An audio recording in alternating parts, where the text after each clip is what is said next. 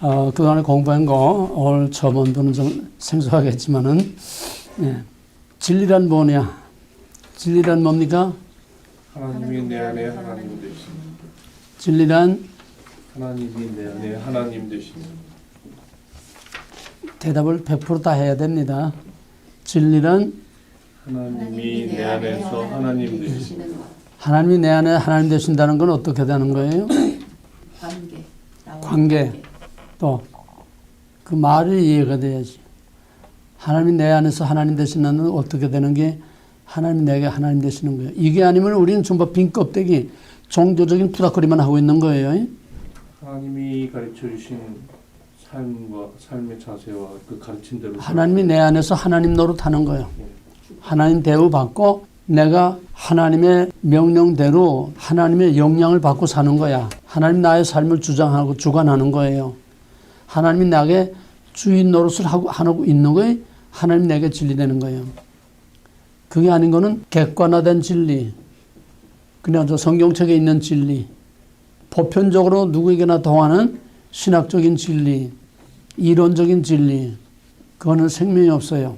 하나님이 우리 가운데서 하나님과의 관계가 이루어지고 우리 가운데서 하나님이 하나님 노릇하고 하나님 대우를 받고 우리가 하나님을 나의 왕, 나의 하나님으로 모셔서 하나님이 원하는 대로 하나님이 기뻐하시는 대로 살고 행하고 순종하고 말씀대로 사는 거예요. 그게 진리가 내게 진리가 되는 거예요. 진리란 어떤 거예요? 진리란 변하지 않는 것. 진리란 변하지 않는 거, 무엇에도 영향을 받지 않는 거. 진리란 사실, 누가 만들어 놓은 가공적이 아니라 팩트, 사실, 진실, 그게 진리요. 영원히 변하지 않고 무엇에도 영향을 받지 않고 그런 진리는 세상에 없습니다. 왜? 이 세상은 다 변해요. 산천, 초목, 자연도 변하고 세월도 변하고 다 변해. 오직 변하지 않는 거는 천지가 없어져도 변하지 않는 거는 뭐가 안 변해요? 하나님과 하나님의 말씀만이 변하지 않아. 그래서 하나님과 하나님의 말씀이 진리라는 겁니다. 근데 지금은 다 변했어. 여러분 몰라서 그렇죠. 지금은 진짜 오리지널한 순수한 하나님, 순수한 말씀이 없어. 다 변질, 변형, 부패, 타락. 그래서 두란노가 필요한 겁니다. 순수한 오리지널을 다시 회복하고 찾자는 거예요. 잃어버린 하나님을 찾자는 거예요. 잃어버린 진리를 찾자는 거예요. 잃어버린 진실, 진짜를 찾자는 거예요. 쉽게 말하면 진리란 진짜야. 진짜 아닌 건 다 가짜야. 섞인 거는 가짜야. 지금 다 뒤섞여가지고 진짜를 찾아볼 수가 없어. 어디 가서도 진짜를 찾아볼 수가 없어. 진짜 하나님 만날 수가 없어. 전부 다 사람이 만들어 놓고 분장시켜 놓고 화장시켜 놓고 그 뭘 갖다가 그냥 무슨 뭐 배우처럼 그냥 갖다 위장하고 이런 하나님들만 득실거리지. 진짜 I am이라고 한 하나님 자신이 계시하신 그 하나님은 어디서 찾아볼 수가 없어. 그래서 지금 교회는 많지만은 하나님은 어디에서 만날 수가 없어. 설교는 범람하지만은 어디에서도 하나님을 만날 수가 없어. 하나님 없는 교회, 하나님 없는 말씀, 그건 진리가 아니에요.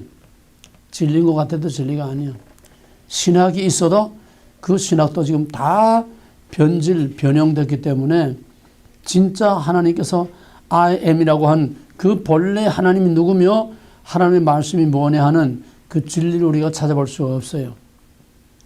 그래서 두란노가 필요한 거고 그만큼 두란노는 없어서는 안 될 정말 소중한 것입니다.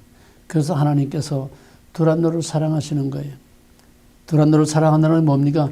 여러분을 사랑한다는 거예요. 여러분은 특별한 하나님의 은총을 입은 자 외에는 여긴 아무나 올 수도 없고 와서도 여기 배견할 수 없어요. 하나님의 콜링과 하나님의 붙들어 주심이 없이는 특별한 사랑과 은총을 받지 못하고는 두란노를 끝까지 갈 수 없어. 여러분이 여기 와서 앉았다는 사실 자체가 하나님의 콜링을 받은 것이고 하나님의 특별한 하나님의 은총을 받은 것입니다. 그 진리란 어떤 것이냐? 진리란 역설적인 진리다. 지난 시간에 한 겁니다. 역설적 진리. 왜 진리가 역설적입니까? 역설이라는 거꾸로 간다는 얘기죠. 왜 진리는 진실인데 왜 진실, 진리, 왜 정의, 하나님의 진리의 말씀이 왜 진리가 거꾸로 간다는 거예요?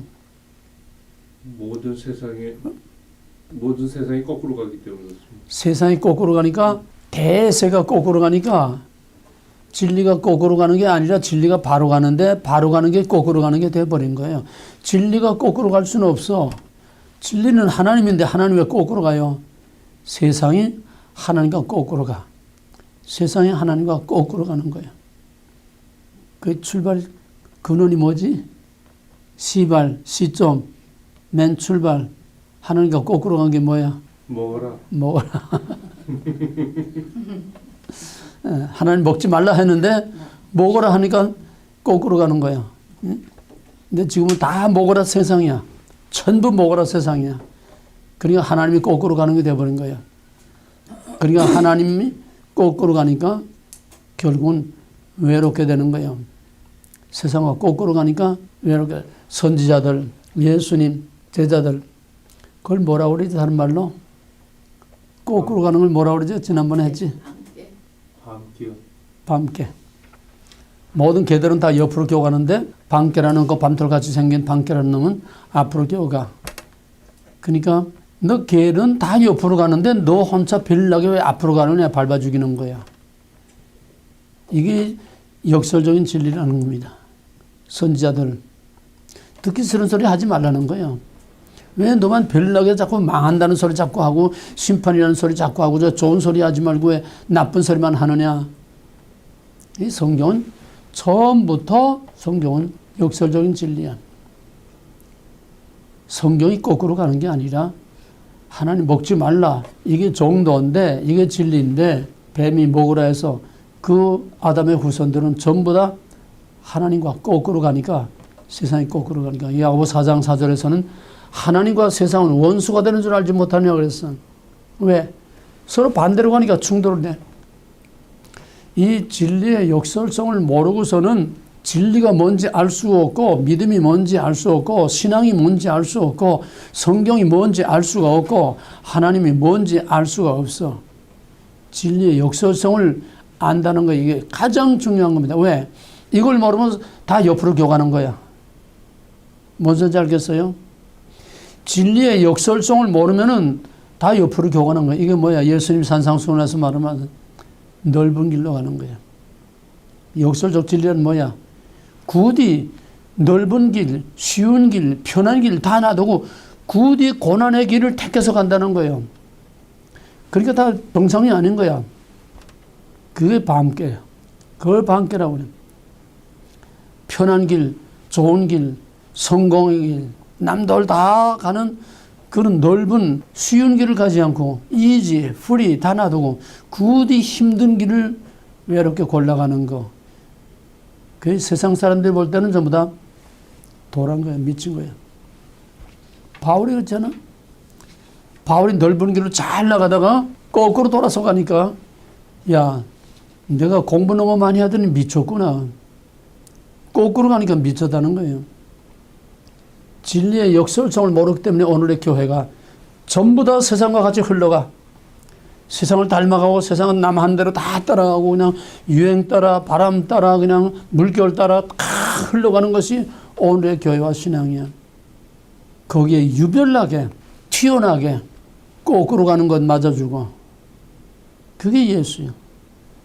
그게 그 예수 따라가는 제자들이었고 그게 순교자들이었어요. 그리고 세상 사람들 볼 때는 그게 바로 미친놈이야. 미친놈이야. 이상하게 보이고 별나게 놀고 좀 더 쉽고 편하게 살지 못하고 굳이 힘들게 이 진리의 역설성처럼 중요한 건 없습니다. 바로 오늘 이 시대의 모든 교회와 온 세계가 다 이렇게 혼란스러워지는 것은 교회 안에서나 교회 밖의 세상에서나 정치에서나 사회에서나 어떤 비즈니스 회사에서나 어디서나 가장 중요한 것은 바로 진실을 추구하느냐 아니면은 대세를 따라서 다 같이 흘러가느냐. 대세를 따라 흘러가면 쉬워 편해.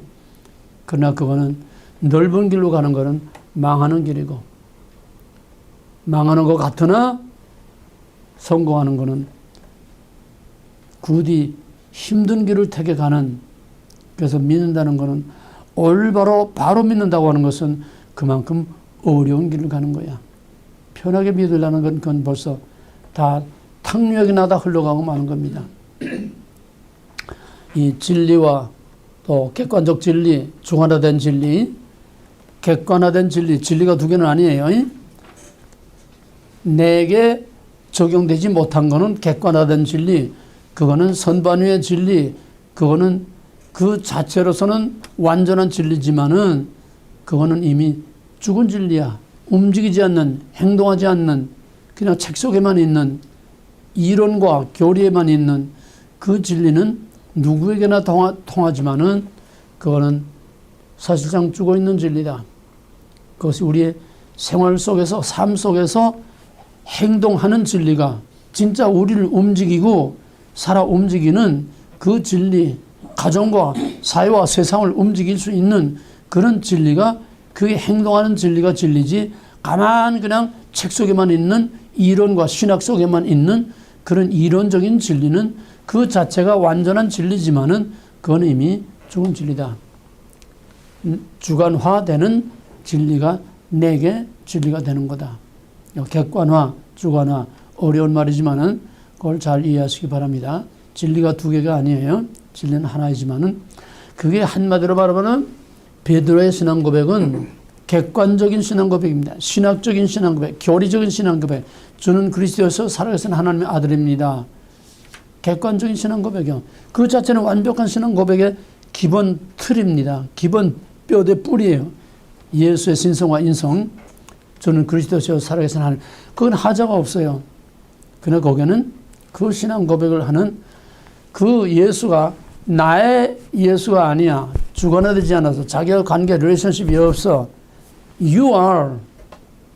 당신은 이런 분입니다. 그 객관화된 진리라는 거예요. 그래서 요한복음 1장 30절에서 도마가 나의 왕, 나의 하나님이요. 당신은 나의 왕이요, 나의 하나님이. 이게 진리라는 거예요. 이게 주관화된 진리야. 이해가 됐어요? 베드로의 신앙 고백과 도마의 신앙 고백. 오늘 교회는 베드로의 신앙 고백은 열심히 하지만은 도마의 신앙 고백이 없어. 하나님과 나와의 관계, 말씀과 나와의 관계, 예수와 나와의 관계, 나의 왕, 나의 하나님으로서의 그런 나와의 릴레이션십이 주관화되어 있지 않는 그런 진리는, 그런 객관화된 진리는 죽은 진리다. 그럼 오늘은 삼일체로 들어가겠습니다. 지금 우리는 교회에서는 전부 느낌에 의존하는 신앙생활입니다. 모든 설교들은 전부 사람들을 기분 좋게 해주는 느낌에 호소하는 설교들이에요. 자기 기분에 맞으면 은혜 받았다고 그래요. 자기 기분 좋으면 은혜 받았다고 그래요. 자기 형편과 사정과 잘 맞아 들어가면 은혜 받았다고 그래요. 은혜는 그런 게 아니에요. 느낌에 호소하는 것. 느낌이라는 거는 그냥 그때뿐이지 사라져버리고 맙니다. 아예 예배도 끝나기 전에 무슨 말 들었는지 다 사라져버리고 말아요. 설교한 사람도 무슨 말 했는지 다 잊어버리고, 들은 사람도 무슨 말 했는지 다 잊어버리고. 물론 우리가 신앙에 느낌이라는 건, 감정이라는 것도 필요합니다. 느낌이 없는 돌 같은 믿음도 그것도 곤란한 거예요. 전혀 느낌이 없는 돌 같은, 바위돌 같은 그 믿음, 길바닥 같은 믿음, 이것도 문제지만은, 그러나 믿음이란 느낌이 아니에요. 믿음이란 하나님과의 나와의 관계입니다. 하나님과의 나와의 관계예요. 부부관계가 서로 마음과 마음의 교류가 없다면은 그건 법적인 부부로서는 하자가 없어도 진정한 부부라고 할 수 없어요. 마음과 마음의 교감이 있어야 돼요. 그렇죠? 마음과 마음의 교감이 있어야 되고 서로 사랑이라고 하는 그런 관계가 이루어져야 이게 부부지. 한 집에 산다고 법적으로 하자가 없다고 그건 진정한 부부라고 할 수 없어요. 근데 믿음이란 하나님은 누구며 내가 누구며 이론적으로 아는 게 아니고 객관화된 진리가 아니라 믿음이란 그 하나님과 나와의 관계, 나와의 관계라고 하는 게 생길 때는 복잡해져, 힘들어져. 왜? 하나님의 요구와 나의 요구, 하나님이 원하는 거가 내가 원하는 게 일치할 수가 없어. 스승을 따르자니 사랑이 울고 사랑을 따르자니 스승이 울고 하나님이 이렇게 하기를 원하는데 나는 그게 싫어. 나는 이렇게 하기를 원해. 충돌이 일어날 수밖에 없어요. 그래서 생각하는 믿음은 힘들어. 내 안에 싸움이 일어나. 무슨 말인지 알겠어요? 내가 이렇게 할 거냐 말 거냐. 이게 극단으로 가게 되면 겟세마네 동산의 예수님의 기도가 이거예요. 내 원대로 할 거냐 아버지 원대로 할 거냐. 아버지 하라는 난 싫어. 끔찍해. 그러나 아버지는 죽으라고 하는 거야. 이 충돌이 우리 안에서 항상 있는 것이 이게 진정한 믿음이고 살아있는 믿음이라는 거예요. 내 안에 이런 싸움이 없으면은 내 안에서 하나님과의 싸움이 없으면은 평화로 다 찬송한다고 그게 진정한 평화가 아니에요. 내 안에서 하나님과 싸우다가 내가 하나님 앞에 손 들고 항복할 때에 하나님의 평화가 나를 새롭게 하는 겁니다. 싸워서 이긴 평화가 아니고는 진정한 평화가 아니야. 그 누가 이긴 게 진정한 평화냐? 내가 이긴 평화는 진정한 평화 아니야. 이게 깨져. 내가 항복하고 하나님이 이김으로써 나에게 주시는 하나님의 평화가 이게 진정한 평화예요. 이게 역설적인 진리야. 역설적인 진리. 내 마음대로 됐기 때문에 내 마음이 편하는 게 아니라 내가 하나님 앞에 항복하고 굴복해서 하기 싫지만은 하나님의 원하는 뜻대로 할 때에 하나님께서 사람의 세상이 줄 수 없는 평화를 하나님께서 주실 때에 그 평화가 진정한 평화예요. 그러므로 진정한 평화는 쓰디쓴 평화지 그렇게 사탕처럼 달콤한 평화가 아니라는 게 오늘날 교회가 사탕발림의 마약 같은 평화만 외치고 있고 마약 같은 그런 사랑과 행복만 외치고 있지 쓰디쓴 행복, 쓰디쓴 기쁨 정말 그 고난 속에 자기 포기 속에서 얻는 그런 평화와 그런 기쁨과 그런 사랑을 우리가 맛볼 수가 없다고 하는 게 이게 참 불행한. 그러니까 전부 교회에서 마약에 전부 다 취하는 거예요. 사탕발림에 다 취하는 거예요. 그러면 생각하는 믿음이라는 건 그만큼 복잡하고 어려운 겁니다. 그럼 삼위일체는 뭐냐? 첫째로 우리 신앙에서 무엇보다 제일 중요한 거는 신앙의 대상이 뭐냐? 신앙의 대상. 우리가 무엇을 믿느냐? 이것부터 확실하게 설정이 되지 않으면은 그 신앙은 바른 신앙이 될 수가 없습니다. 신앙의 대상이 뭐냐? 이 말이 쉬운 것 같지만은 상당히 복잡한 거예요. 무엇을 믿느냐? 우리가 하나님 믿는다고 해야 돼. 그 하나님이 어떤 하나님이냐 이거야. 우리가 말은 하나님 쉽지만은 실상 그 속을 파헤치고 들어가 보게 되면은 하나님은 수도 없이 많은 별의별 하나님이 다 있는 거예요. 자기가 생각하는 하나님이 나름대로 생각하는 하나님이 다 달라. 목사들이 꼭 같은 하나님이라는 말을 하고 있지만은 그 목사들의 하나님이 다 다른 하나님이야. 뭐 말인지 이해가 돼요? 이해될 만해? 전부 제가 생각하는 하나님, 사람들이 원하는 하나님, 사람들이 좋아하는 하나님, 행복과 복만 갖다 주고 사랑만 갖다 주는 하나님. 전부 다 이건 만들어진 하나님이고 전부 분장하고 위장하고 가장하고 전부 다 위조된 그런 하나님이지 진짜 하나님이 아니에요. 이제 우리는 갈수록 점점 이제 깊이 들어갑니다.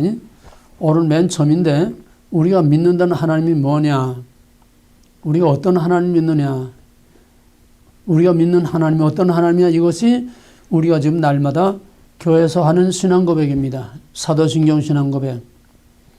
물론 사도신경 신앙 고백 센텐스 문자대로 단어대로 그런 건 성경에 없어요. 그러니까 침례교는 문자주의이기 때문에 세대주의, 침례교는 문자주의니까 성경에 사도신경이라는 거의 오리지널대로 없기 때문에 침례교에서는 사도신경을 안 합니다.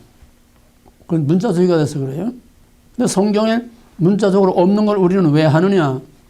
이거는 초대교회 시대에 아직도 어떤 신학적인 틀도 없고 어떤 룰도 없고 아무 기초가 없는 그런 상황에서 가정에서 자녀들을 가르칠 때 또 교회에서 교인들을 가르칠 때에 성경 전체를 통해서 우리가 믿는 하나님이 어떤 하나님이냐?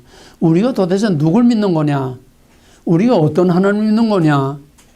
그거를 바로 가르치기 위해서 맨 처음에 가정에서부터 경건한 그런 가정에서부터 자녀들을 가르치기 위해서 전 성경에 나타난 하나님은 어떤 하나님이냐 그거를 간추려 가지고서 하다가 이게 사도신경이라는 것이 처음에는 수도 없이 많았습니다.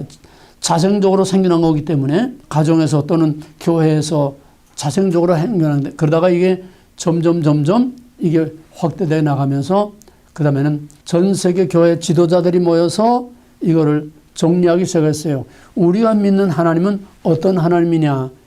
전 세계 교회 지도자들이 모여서 세계 교회 컨퍼런스에서 거기서 이제 의논을 하고 또 회의를 열어서 또 의논을 하고 그러면서 점진적으로 이제 이걸 정리해 나갔습니다.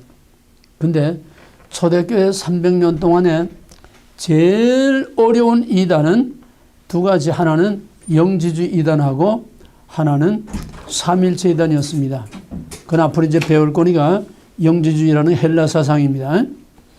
그건 이제 앞으로 배울 거고, 그 다음에 제일 교회를 위협했던 거는 바로 삼일체 이단이 너무 세력이 컸던 거예요.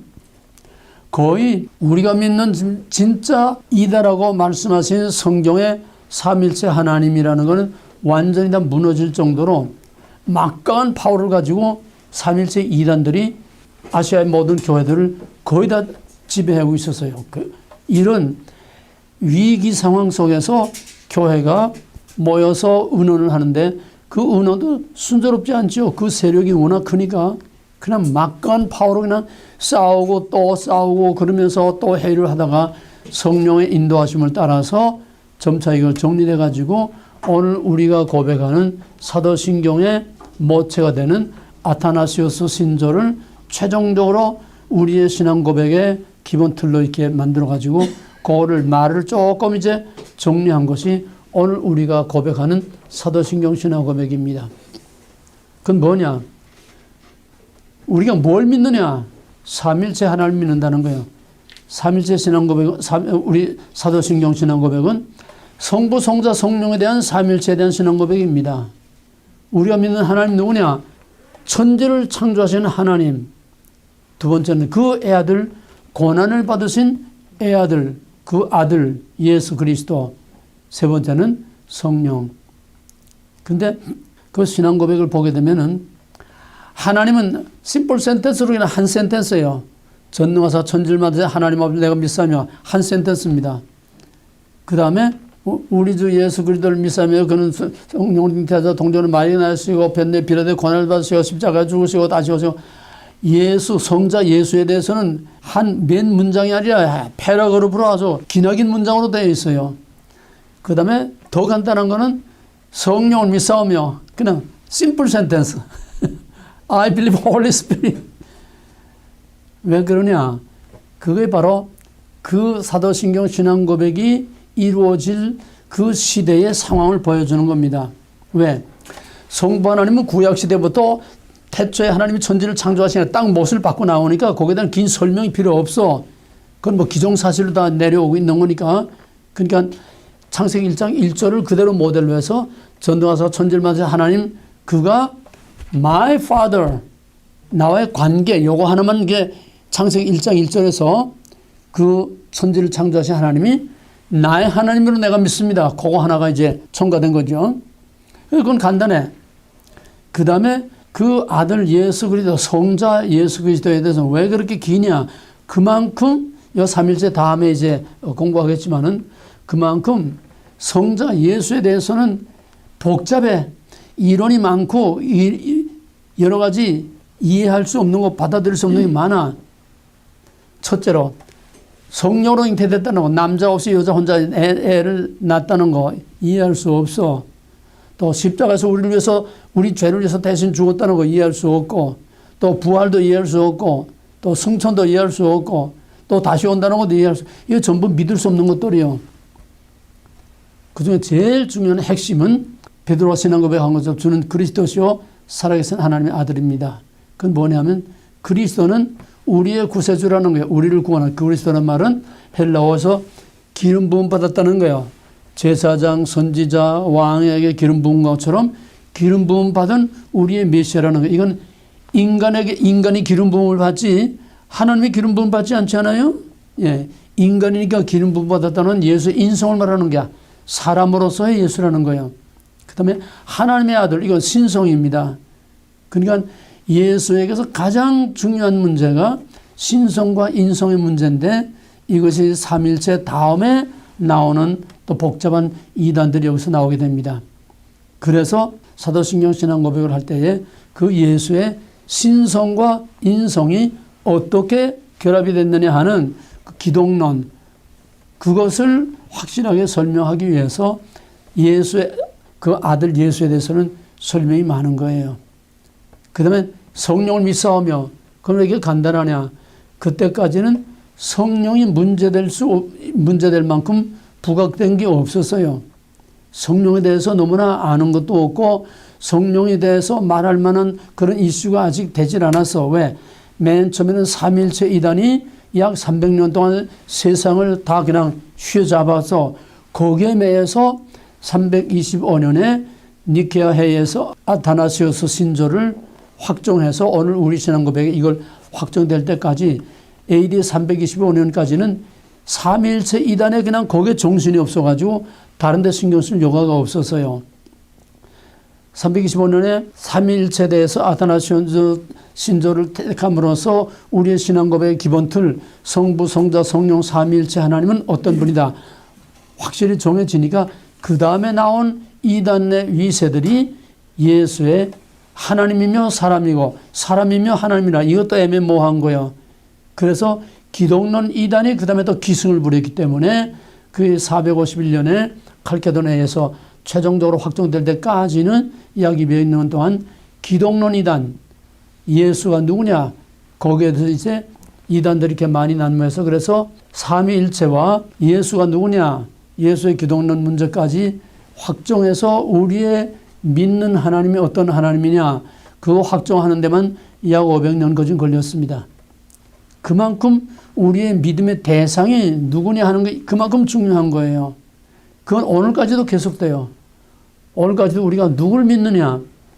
지금 사도신경 신앙 고백을 하지만은 껍데기로만 하는 거지 실제 우리의 신앙에서 사도신경 신앙 고백에 성부, 성자, 성령 삼일체 하나님이 살아있지 못해요.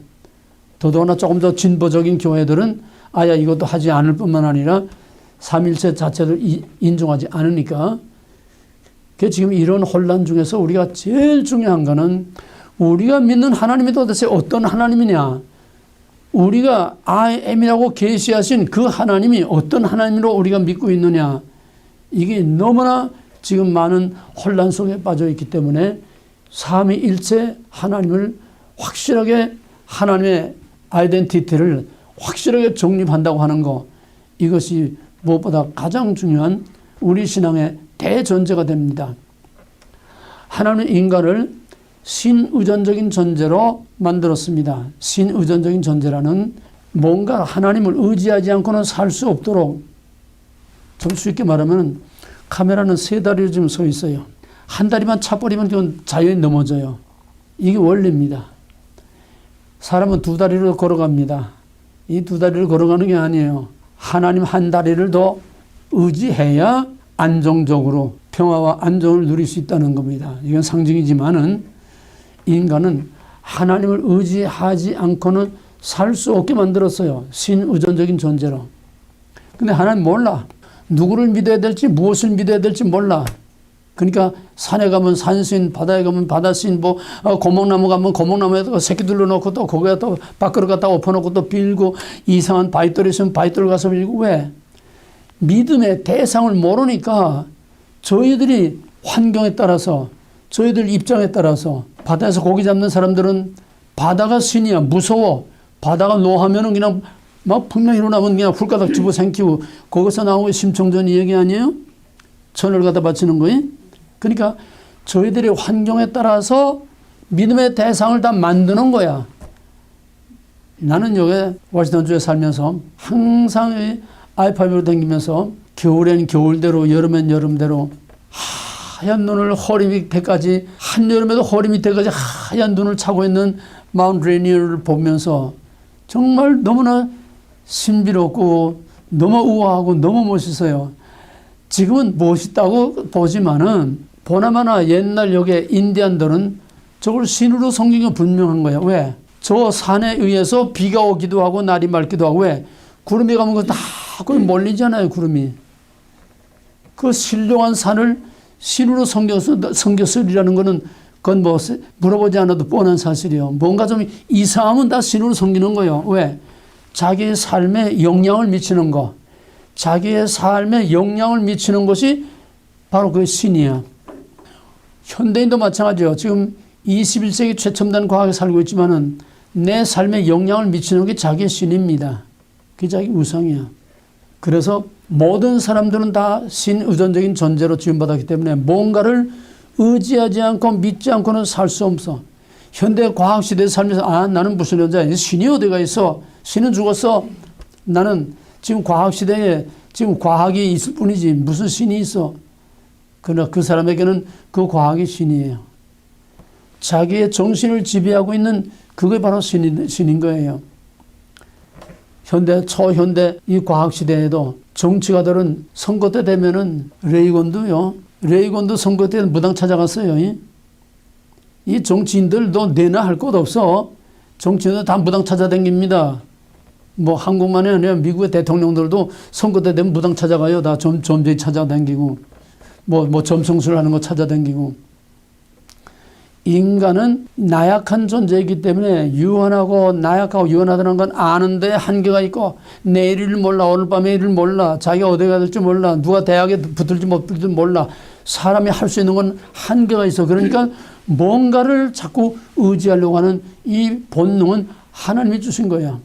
하나님이 주셨는데 무엇이 진짜 자기의 삶을 바로 잡아주고 바로 이끌어주고 내 생사화복에 진짜 영향을 미치는 것이 뭔지 확실히 모르니까 환경 따라서 그냥 뭐든지 갖다 자기 신으로 믿고 있는 거예요. 옛날에 한국에서 TV에서 추적 60분 한번 보니까 그때 사당동 그 관악산 밑에 그 미신 그 뭐 한 점재하는 너무 들끓을 때요. 미신이 하도 들끓을 때야.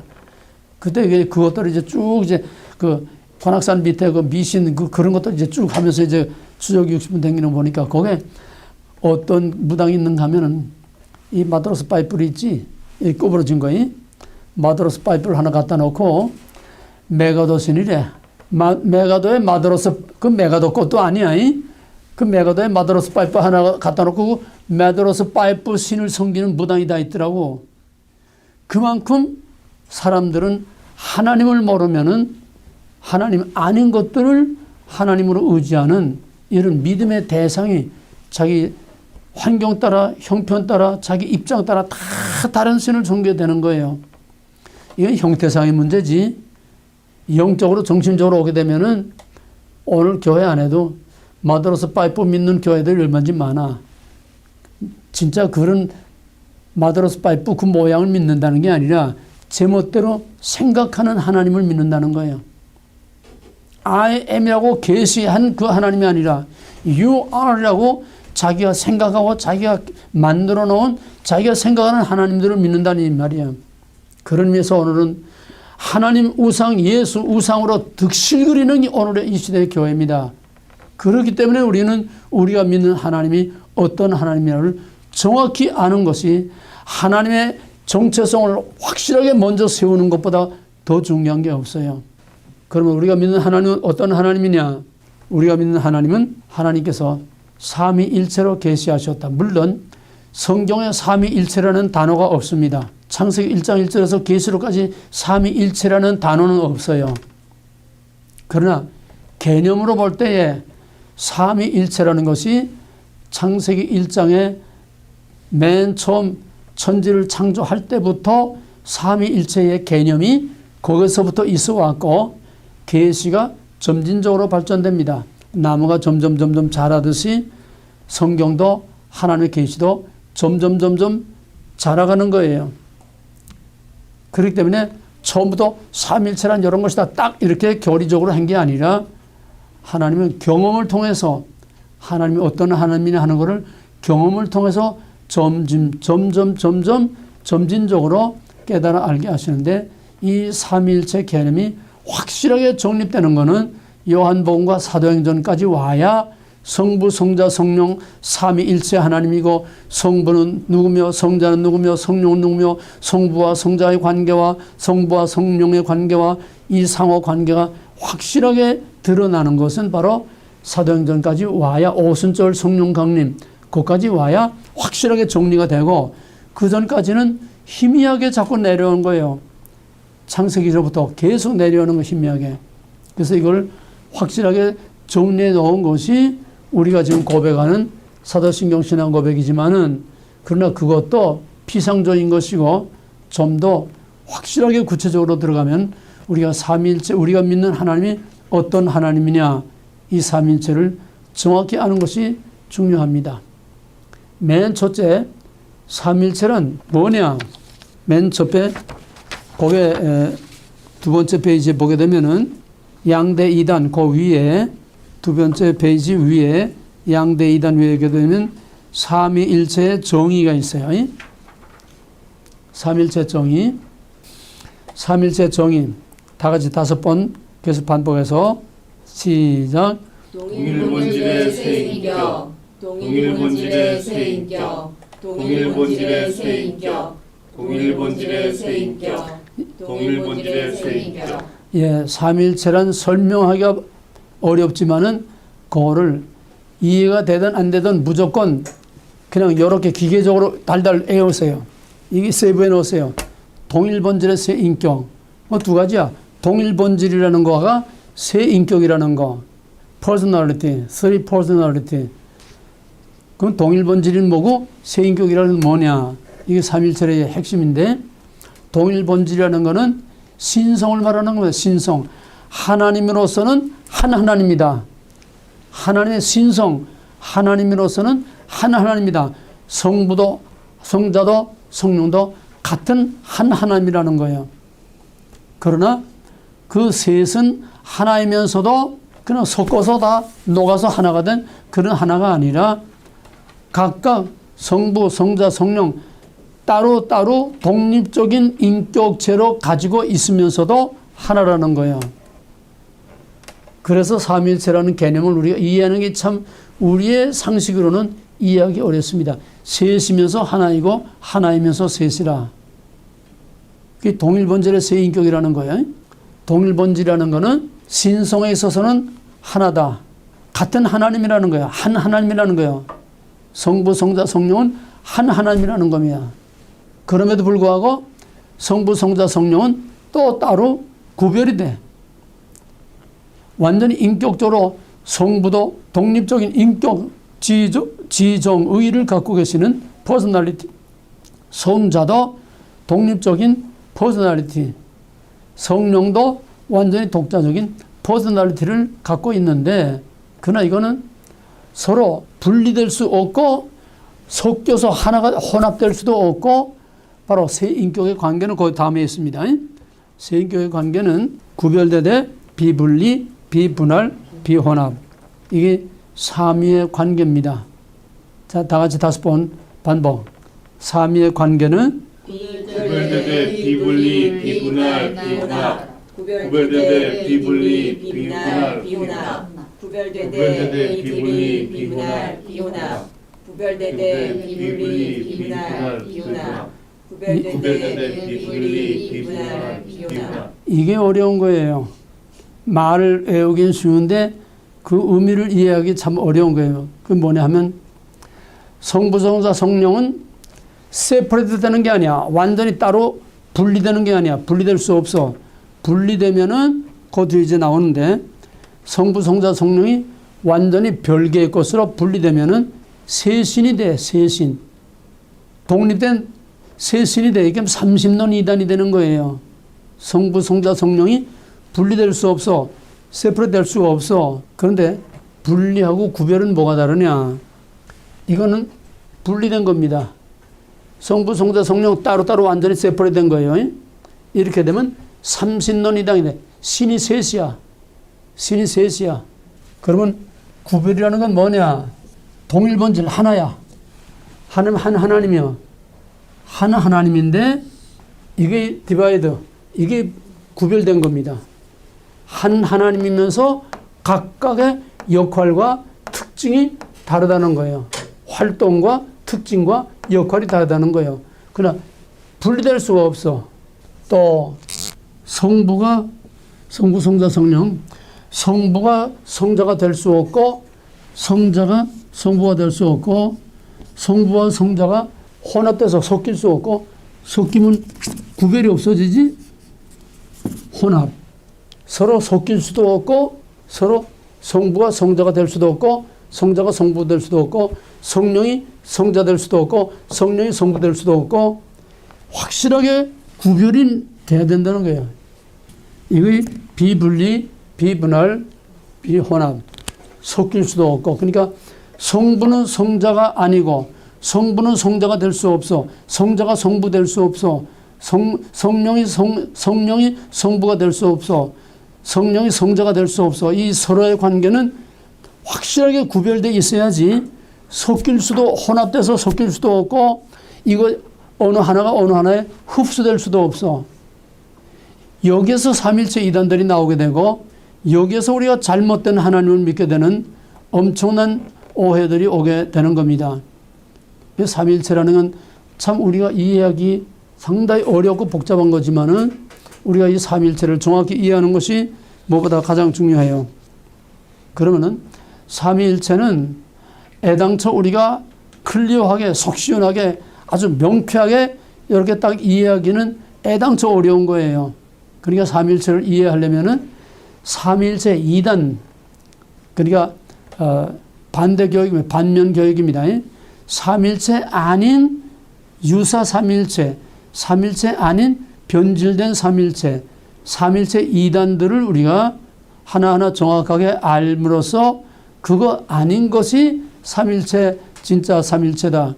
그러니까 삼위일체를 바로 이해하려면은 삼위일체 2단을 바로 알므로써 삼위일체를 바로 이해할 수 있다. 반면 교육입니다. 이제 삼위일체 2단을 정확하게 알아야 그거 아닌 것이 삼위일체라는 것을 우리가 이제 반대로 알게 되는 겁니다. 그러면 삼위일체 2단은 크게 두 가지로 나눌 수가 있어요. 이게 아까 말했지만 삼위일체 2단이 초대교회 약 300년 동안 완전히 기독교를 완전히 파괴할 정도까지 삼위일체 2단 삼위일체들이 그냥 온 세상 교회를 다 위협을 했었습니다.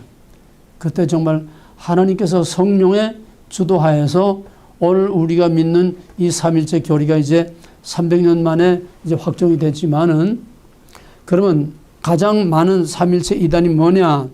맨 첫째는 양태론이라는 겁니다. 양태론. 양태론이라는 거는 삼위가 없어요.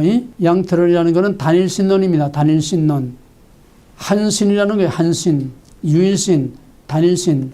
단일신인데 양태라는 거는 뭐냐면 한자인데 모양을 바꾼다는 거예요. 모양. 이름과 모양만 바꾼다는 거예요. 한신이 때와 장소와 역할과 활동에 따라서 같은 한신이 이런 신으로도 나타나고 저런 신으로도 즉 같은 한신인 어떤 때는 성부로 어떤 때는 성자로 어떤 때는 성령으로 삼위가 아니에요. 완전히 퍼스널리티가 아니야. 이건 한신인데 이렇게도 나타나고 쉽게 말하면은 나는 한 사람이에요. 꼭 같은 사람 하나야. 이창훈 하나뿐이야. 응? 이게 단일신입니다. 단일신. 이창훈 하나야. 근데 지금은 내가 여기서 강의를 하고 있으니까 이창구는 지금 뭡니까? 교수예요. 교수. 또 내가 교회에서 설교하면은 같은 이창구인데 거기서는 목사님이라고 그래. 또 우리 집에 가면 뭐라고 그래? 집에 가면 여보라고 그래. 그러니까 이게 단일신론 양태론 이단입니다. 한 신인데 이 경우에 따라서 활동에 따라서 역할에 따라서 한 신이 같은 한 하나님이 어떤 때는 성부가 되고 어떤 때는 성령이 되고 어떤 때는 성자가 되고 그때그때 이름과 모양이 다르게 나타나는 건데 신은 한 신이야. 그럼 또 다른 예를 들어서 물의 분자 구조가 뭐죠? 물. H2O요. H2O지 그 본질이야. 본질. 그 단일신이라고 봐. 그 하나님이라고 봐. 그 H2O인데 H2O에다가 열을 가하면은 뭐로 바뀝니까? H2O에 물에다가 열을 가하면 뭐로 바뀌어? 모양이 뭐로 바뀌냐고? 기체. 기체로 바뀌지? 기체. 기체도 H2O예요. 액체도 H2O야. 또 거기서 열을 빼게 되면 뭐가 돼? 얼음. 고체가 되지. 얼음. 고체가 돼. 고체나 기체나 액체나 다 H2O 하나야, 하나.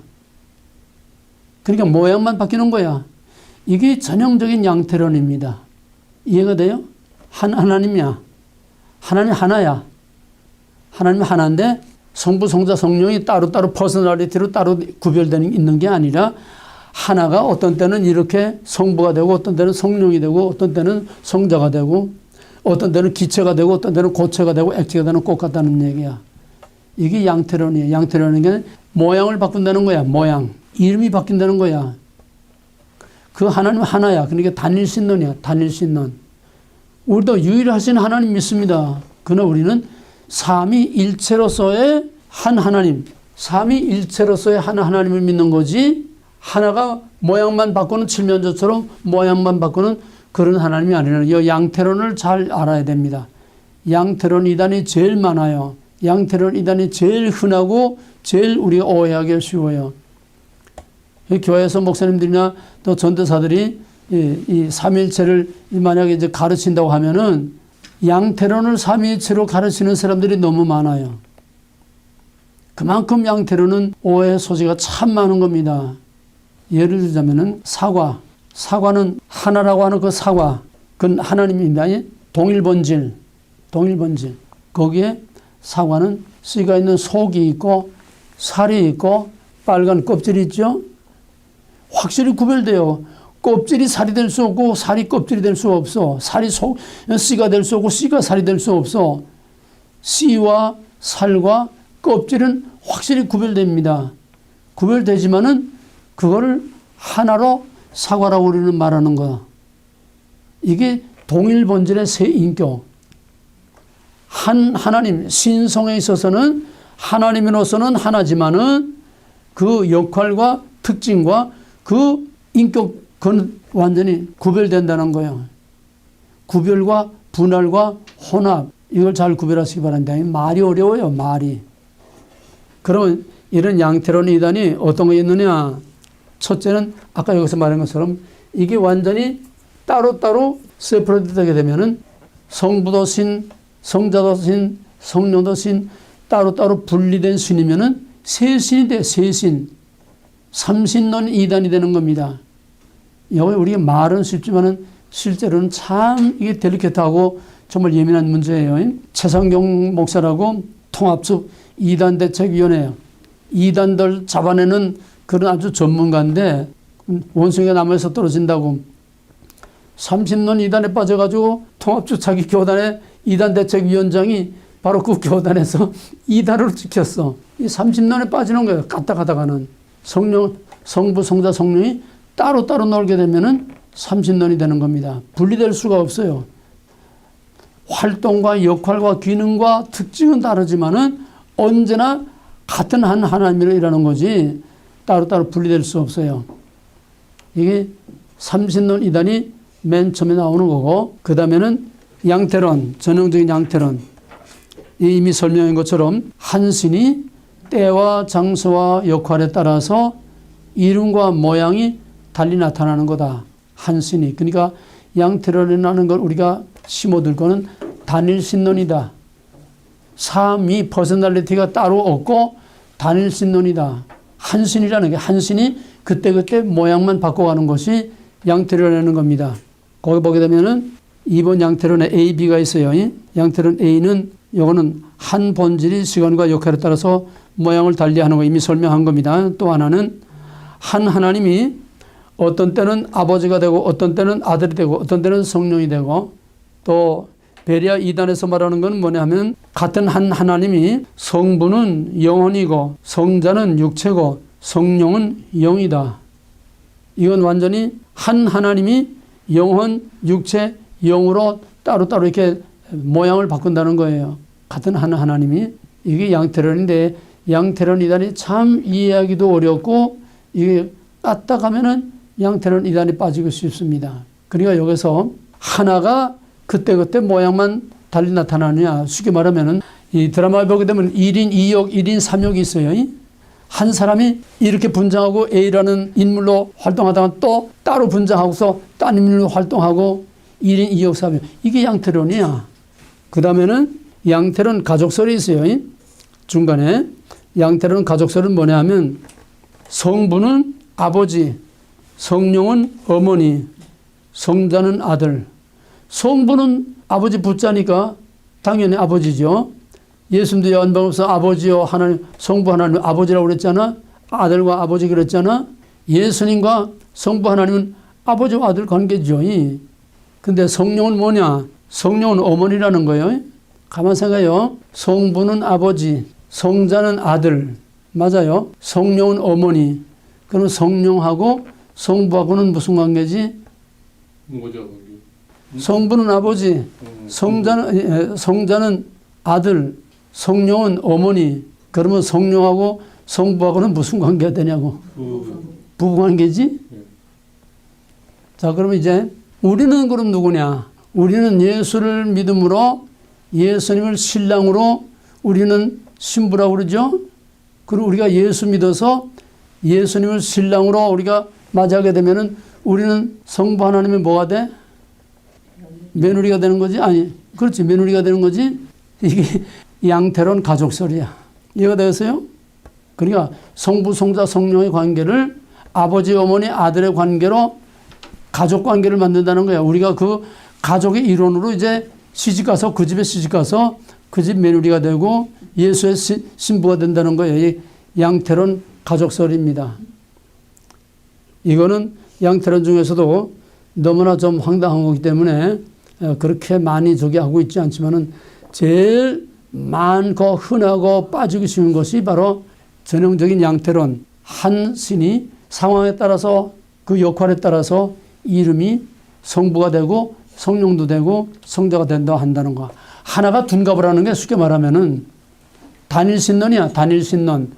한 신이 이렇게 저렇게 성부, 성자, 성령으로 그때그때 상황 따라서 배우가 변장하듯이 바뀐다는 거예요. 이게 전형적인 양태론입니다. 그러면 변태성 양태론. 변태성 양태론은 뭐냐 하면은 그리스도의 뼈와 살이 그 모습을 바꾸어서 성령으로 나타났다는 거야. 그리스도의 뼈와 살이 모양을 바꾸어서 성령으로 나타났다. 또 성부 하나님이 아들로, 또 아들이 성령으로. 변태. 이거는 초대교회 시대 3세기 때에 많았던 건데 지금은 뭐 별로 그렇게 위세를 떨치지 않고 있어요. 제일 지금까지도 위세를 떨치고 있는 것은 전형적인 양태론, 단일신론으로 그때그때 역할 따라서 성부가 성령도 되고 성자가 성부도 되고 그때그때 따라서 역할 따라서 모양을 달리하는 거. 그 양태론이 제일 오늘도 위세를 떨치고 또 오늘도 거기에 빠지기가 쉬운 가장 델겠다는 것이 바로 이 양태론입니다. 그 다음에 이제 마지막으로 성부 권한설. 이것도 양태론입니다. 성부 권한설이 뭐냐 하면은 이것도 이제 초대교회 시대에 많이 유행하던 건데 예수가 하나님이면은 예수는 이고로 성부다. 예수가 하나님이면은 예수는 성부다. 그러므로 예수가 죽은 것은 하나님이 죽은 것이다. 성부 권한설이에요. 이해가 됩니까? 무슨 말인지? 예수는 하나님이다. 맞아요. 근데 예수가 죽은 건 하나님이 죽은 거다.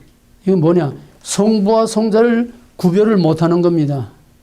그러니까 이 삼위의 관계가 구별이라는 게 참 중요한 거야. 구별되되 분할될 수 없고 분리될 수 없고 혼합될 수 없고 흡수될 수 없고 완전히 독립된 인격으로서 구별되어 있지만은 그 신성에 있어서는 같은 한 하나입니다. 근데 솔직히 말해서 말은 이렇게 저렇게 하는데 우리가 이해하는 거는 사실 어려운 거예요. 그러면은 마지막 양자론까지 하고 나서 그럼 양자론이 삼일체 이단은 양태론과 양자론 두 개가 가장 대표적으로 제일 많은 건데 양자론이라는 게 뭐냐? 양자론이라는 거는 첫째 알로고이 이건 사브나타의 파울로스가 주장했던 것인데 이건 뭐냐면은 예수 그리스도의 요한복음 1장 1용어처럼 태초에 말씀이 계시니라. 예수 그리스도가 창조 이전부터 계셨다고 하는 선제설 또 예수 그리스도의 신성 또 성령도 부인하고 예수 그리스도의 인성만 인정하는 겁니다. 이건 어디서 나오냐면 이제 앞으로 배우겠지만은 예수의 인성만 인정하고 예수의 신성을 인정하지 않는다. 이게 영지주의가 아니라 에비어니즘에서 나오는 거예요. 인성만 인정하고 신성을 인정하지 않는, 쉽게 말하면 예수는 우리와 똑같은 사람이라는 거예요.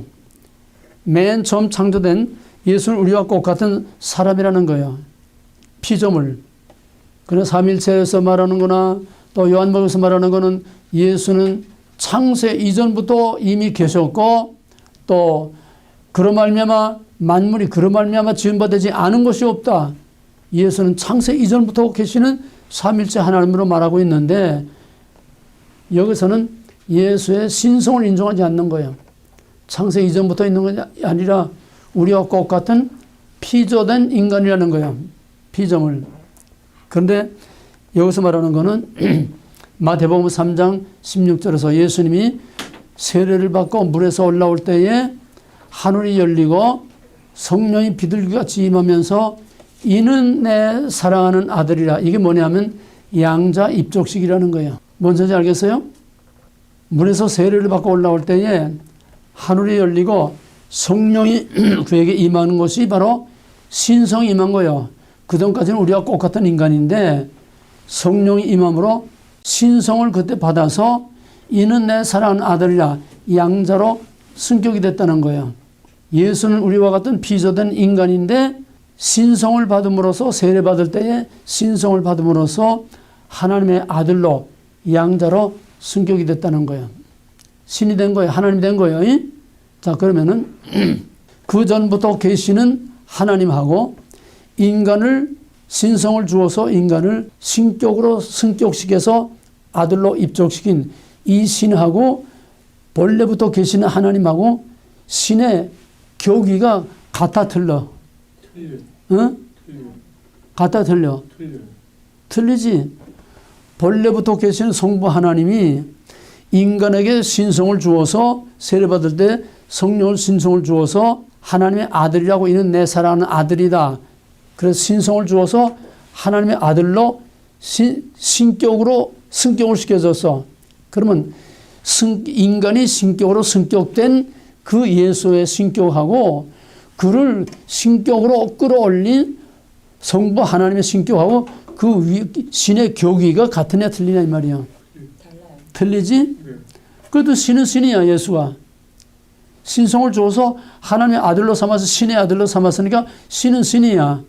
근데 양자로 승격된 신하고 그거를 승격시킨 그 성부 하나님 신격하고는 같을 수가 없어. 그러니까 이거를 유사본질이라고 그래. 유사본질. 유사는 similar. 비슷하지 같은 신이 아니라는 거예요. 이게 양자론입니다. 피조물인 인간이 신성을 받아서 세례를 받을 때에 신성을 받아서 신격으로 승격이 되겠죠. 하나님의 아들로 승격해서 신이 됐다. 인간이 신이 됐다는 얘기야. 그러니까 본래 하나님의 신격하고 인간이 신이 된 그 양자로서의 예수의 신격하고는 교기가 같을 수가 없어. 신은 신이로되 하나님은 하나님이로되 교기와 비슷한 신이지 똑같은 신이 아니라는 게 이게 유사본질이에요. 유사본질. 우리의 삼일체로는 동일본질입니다. 이 용어를 잘 기억해야 돼요. 우리의 삼일체로는 동일본질. 성부, 성자, 성령이 신성에 있어서 같은 한 하나님이야. 그 다음에 양자로는 성부, 성자, 성령이 없어. 한 단일신론, 한 신이 성부로도 성령으로도 그냥 둔갑을 하는 거야. 그때그때 상황에 따라서. 그 양자로는 피조물인 인간이 신성을 받아서 양자로 승격이 됐다. 이게 양자론입니다. 양자론의 또 하나는 예수님은 우리와 똑같은 인간인데 피조된 인간인데 십자가를 지심으로 율법을 온전히 이룸으로써 십자가로 율법을 온전히 이룸으로써 하나님께서 신격으로 승격시켜서 아들로 삼았다는 거예요. 십자가로 율법을 온전히 이룸으로써 그 예수를 신격으로 승격시켜서 하나님의 아들로 삼았다는 거예요. 이것도 아까 세례받을 때에 하나님의 아들로 승격된 거하고 또 십자가를 짐으로 하나님의 아들로 승격된 거 하고 마찬가지야. 위격이 틀려. 그래서 이거를 similar, 유사본질, 비슷한 하나님이지 성부와 성자는 같은 하나님이 아니라는 거야. 그러니까 이걸 세 가지를 구별하면은 우리가 믿는 성부, 성자, 성령 하나님은 구별되되 비분리, 비분할, 비혼합, 섞일 수 없고 흡수될 수 없고 완전히 분리될 수 없고 한 하나님이면서 동시에 각각 성부, 성자, 성령의 각각의 인격을 가지고 같이 계시는 한 하나님입니다. 이게 삼일체 하나님이고 그 다음에 양태로는 단일신론 한 하나님인데 성부로도 성령으로도 그냥 왔다 갔다 둔갑을 하고 바뀐다는 거 단일신론. 그 다음에 양자로는 인간이 신격으로 성격됐기 때문에 하나님과 같은 신일 수가 없어. 신은 신이지만은 유사본질, similar, 비슷한 거지 같은 동격의 신이 아니라는 거예요. 이거의 세 가지가 가장 중요한 삼일체에서 우리가 알아야 할 겁니다. 우리가 믿는 동일본질, 동일본질의 세 인격하고 양태론의 단일신론하고 양자론의 유사본질. 그걸 정리하세요. 우리의 삼일체론은 뭐예요? 동일본질. 동일본질. 성부, 성자, 성령은 신격에 있어서는 똑같아. 동일본질이야. 한 신이야. 여기서 말할 건 아니지만은 신명기 6장 4절을 보게 되면 쉐마 이스라엘이라 들으라. 여호와는 하나의 신 하나님이라. 여호와는 하나의 신 하나님이라. 그래서 유일신이라는 게 유일신이지만은 여기서 중요한 게 뭐냐 하면은 이제 결론 부분입니다. 왜 이 삼일체가 중요하냐 이거야. 유대인들과 이슬람도 똑같이 유대인처럼 모세 오경에서 출발을 합니다. 모세 오경에 뿌리를 두고 있어요. 그러니까 신명기 9장 4절 하나의 신 하나님 유일신이야. 이슬람도 유일신 종교, 유대교도 유일신 종교입니다. 그 말은 무슨 말이냐? 거기에는 유일신만 있지 삼위일체가 없어요. 삼위가 없어요. 그건 하나님이야. 그러면 단순해요. 간단해. 복잡할 것도 없고 이단이 나올 것도 없어요. 하나님 하나다. 그럼 뭐 간단한 거야. 근데 우리는 그냥 유일신이 아니라 하나의 신 하나님이 돼 삼위일체 하나님이라는 거야. 성부, 성자, 성령이 한 하나님인 삼위일체 하나님이라는 거야. 근데 거기에 나오는 히브리 원어를 보게 되면 여호와는 하나의 신 하나님이라. 그 하나라고 하는 그 원어가 에하드라고 하는 원어인데 그 히브리 원어의 그 하나는 그냥 absolute one, 절대적인 하나가 아니야. 모아진 하나라는 거야. 하나는 하나되 이거는 절대적인 하나입니다. 그렇죠? 내가 들고 있는 이건 절대적인 하나야. 내가 들고 있는 이 하는 이거 유일한 하나야. 근데 신명기 6장 4절에서 말하는 여호와는 하나님이다. 그 에하드라고 하는 동사는 모아진 하나라는 거야. 모아진 하나. 이게 삼위일체가 거기서 벌써 감춰져 있는 겁니다. 근데 유대인들은 그 박식한 랍비들이 그 히브리어의 능통한 랍비들이 그 원어의 뜻을 왜 모르고 지금까지도 유일신 하나님을 믿느냐, 유일하신 하나님을 믿느냐. 여기서 우리가 믿는 삼일체 하나님을 믿는 우리의 신앙하고 유대교와 이슬람이 믿는 그 유일신하고 only one, absolutely one 그거하고 삼위일체, 트리니티, 삼위일체 우리가 믿는 하나님하고 이 신앙이 뭐가 다르냐. 가장 중요한 거는 왜 삼위일체가 필요하냐. 출애굽에 오게 되면은 이스라엘 백성들 애굽에서 나와서 시내산에서 모세를 이제 중재자로 오르락내리락 하면서 모세를 통해서 너희는 내 백성 나는 너희 하나님 언약을 맺습니다. 하나님의 백성이 됩니다. 언약을 맺고 그 다음에 이제 언약의 잔치를 하고 그러고서 이제 모세가 시내산에 올라가서 이제는 하나님의 백성이 됐으니까 하나님 그 백성과 같이 살아야 되니까 모세가 시내산에 올라가서 40주 40야 먹지도 마시지도 않고 이제 금식을 하면서 하나님께 이제 율법을 받아요. 십계명과 이제 율법을 받는데 근데 하나님께서 그때 하나님이 시내산에 강림하실 때는 온 백성들이 맨 처음에 출애굽기 19장에서 하나님이 시내산에 강림하실 때는 큰 우레소리와 천둥 번개 소리와 큰 나팔 소리와 땅이 진동하고 온 산이 그냥 불과 연기 기둥으로 연기로 꽉 차고 그 나팔 소리와 하나님의 음성이 너무너무 우렁차고 쩌렁쩌렁해서 사람들이 그냥 무서워서 다 땅에 엎드려서 얼굴을 땅에 파묻고 얼굴을 들지 못했어요. 너무 두렵고 떨려서. 그래서 모세들어 우리가 너무 무서워서 못 견디겠습니다. 여호와께서 친히 말씀하지 마시고 당신을 통해서 간접적으로 우리에게 말씀하게 하옵소서. 우리가 무서워서 못 견디겠습니다. 그 정도로 시내산에 강림하신 하나님은 두렵고 떨리고 어미하고 누구든지 접근하면 짐승이나 사람이나 그 산 밑에 접근하면 그냥 당장 죽어버리는 적군을 불허하는 거룩하신 하나님, 어미하시고 두렵고 떨리는 하나님이야. 이게 초월하신 하나님. 다음 시간에 이제 초월신 내재신 이제 하겠는데 바로 이 삼위일체 때문에 초월신과 내재신의 문제가 나오게 되고 내재신이 있어야 우리가 구원을 받을 수 있는 겁니다.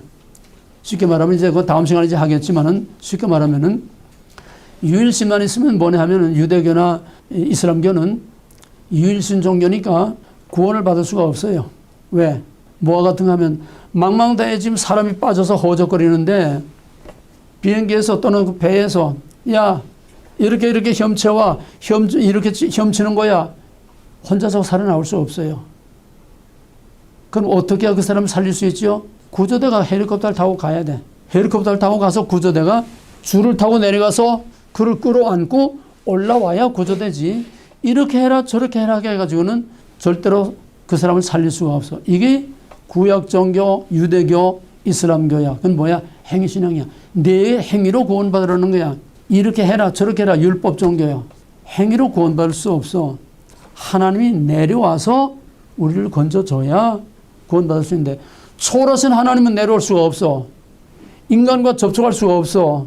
그러면 너무나 어미하고 거룩하신 하나님이기 때문에 죄인이 가까이 하면 죽어. 그러니까 죽지 않고 와서 우리를 건져줄 수 있는 성삼위 하나님으로 구별이 돼야 그가 와도 우리가 죽지 않고 우리를 구원할 수 있기 때문에 성부와 성자라고는 내재신이 필요하다는 거예요. 내재. 우리 가운데 내려와도 우리가 죽지 않고 우리와 같이 살 수 있는 그런 성부, 성자, 성령 삼위일체에 구별되는 그런 하나님이라야 내려와서 우리를 구원할 수 있지 초월하신 두렵고 떨리는 그런 유일신 하나만 가지고는 우리를 구원할 수 없다고 하는 거예요. 여기서 절대적으로 삼위일체가 필요한 겁니다. 그래서 구원은 오직 삼위일체를 믿는 삼위일체 하나님을 믿는 기독교에만이 구원이 있지 같은 모세 오경에 뿌리를 두고 있어도 이슬람이나 유대교나 그 밖에 인간의 행위로 가지고 선을 행함으로 구원받는다고 하는 것은 절대로 있을 수 없어.